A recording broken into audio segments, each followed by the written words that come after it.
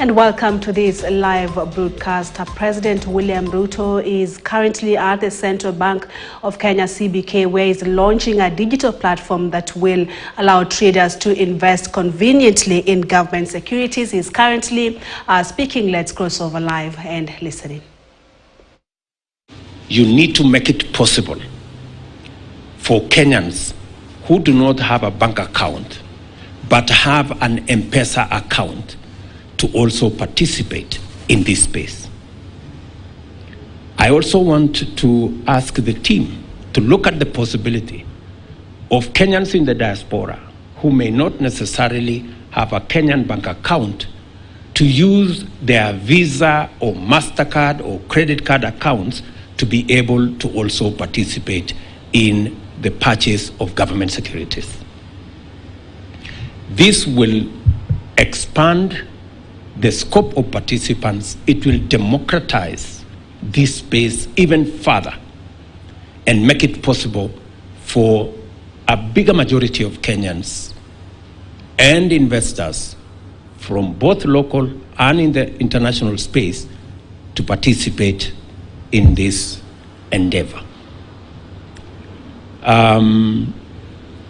The concern, of course, is usually KYC. But I think, speaking from where I am and with the experience of the Financial Inclusion Fund, commonly known as the Hustler Fund, I think the KYC provided by telcos is solid enough for it to be relied upon as a mechanism of knowing who these people are. I also believe very strongly that credit card agencies have sufficient KYC information for us to be able to rely on them to facilitate this process. That is my feedback number one. Feedback number two.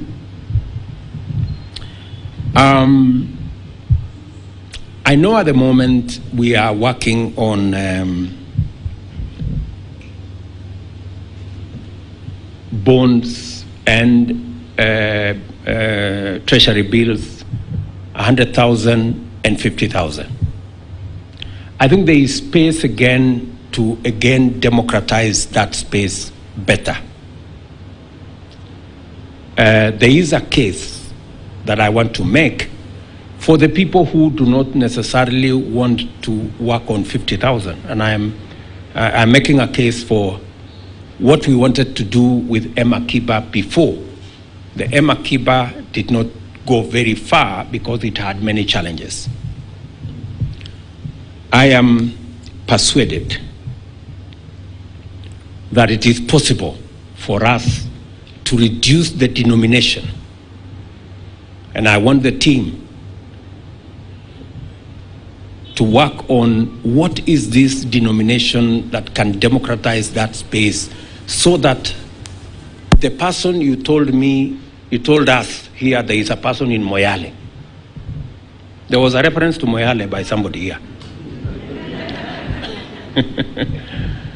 I suspect that that person in Moyale may not necessarily have the 50,000, but they could be having 5,000.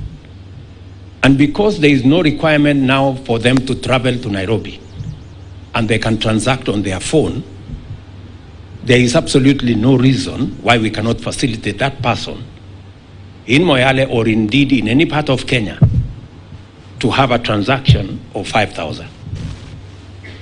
So again, we need a bit of democratizing that space and reducing the denomination of the available instruments, not necessarily in the region of 50,000 or 100,000, but I think the team should be able, Governor Thuge, to democratize that space. And I have seen how we lock out many people sometimes by working with big numbers. And let me give you an example.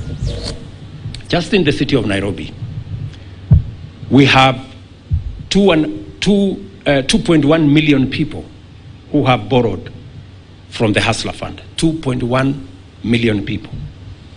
And in Nairobi alone, we have lent something like 5.7 billion to very small people, in Nairobi alone. Nationally, we've lent about 35 billion in a record 8-9 months, right? So if anybody underestimated the people in the small economy, as you may want to call it, you have to think again. And we have about 7 million people regular borrowing and paying in that space. We need to open up space for those people who are borrowing to also buy government paper. I don't know whether we still call it government. Right, and that's